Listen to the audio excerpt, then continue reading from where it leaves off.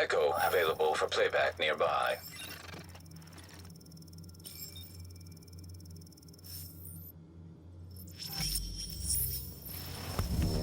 Well, here I am, Aaron Keener, the First Wave's prodigal son.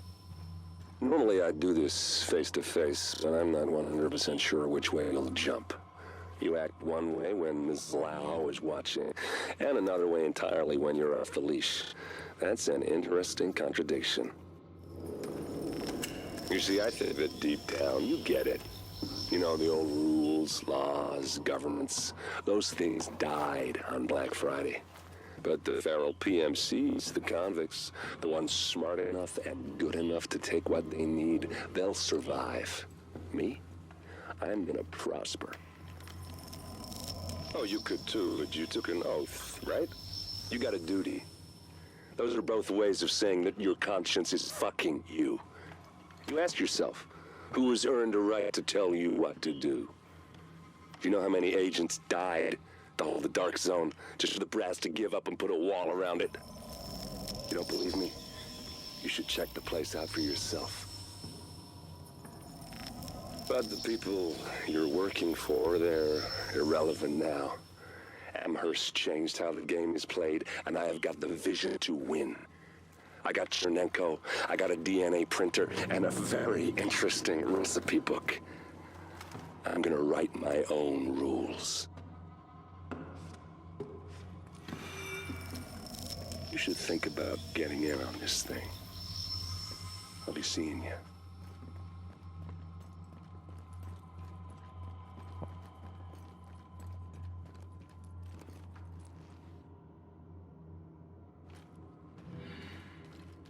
Agent, the information you found in that lab was the crown jewel. I think we can break this thing now. But we've got some more information. A voice from the grave. Listen to what Amherst has to say.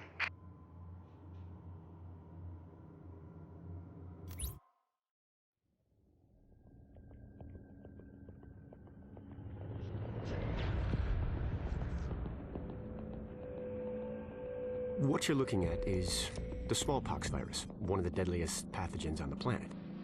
For centuries, it did a wonderful job of helping keep the human population in check.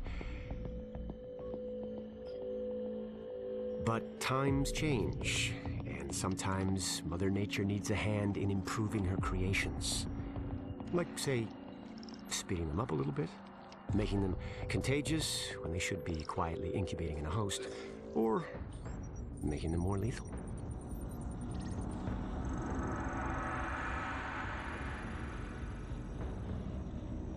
I didn't come up with the approach on my own.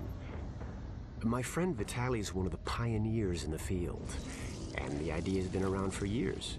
Genome as data. You see, once we digitized DNA, we made it infinitely mutable. We could do 1,000 virtual variations in the time it used to take to grow a one lab-grade generation of pathogens. And we could pick the best, most lethal combinations and make them real. That's how you make a killer virus, you see. Mix in genetic code from other diseases, and you move the sliders all the way up on lethality and virulence. The goal was a 90% mortality rate.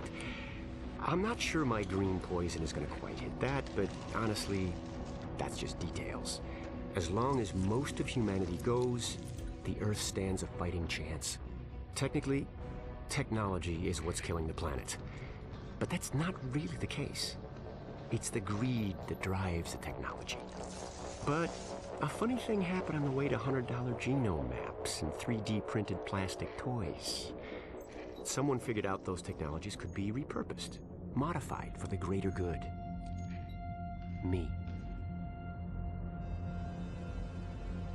Now, my virus is going to do what nature's always done.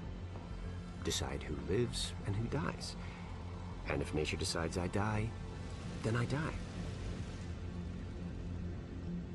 If nothing else, I'll have a lot of company. Natural selection at its finest, helped along by a little unnatural genetic manipulation. It's all data, really. Life's just a method of processing it. The same way I processed the smallpox genome on my laptop. And who's to say that wasn't the plan all along?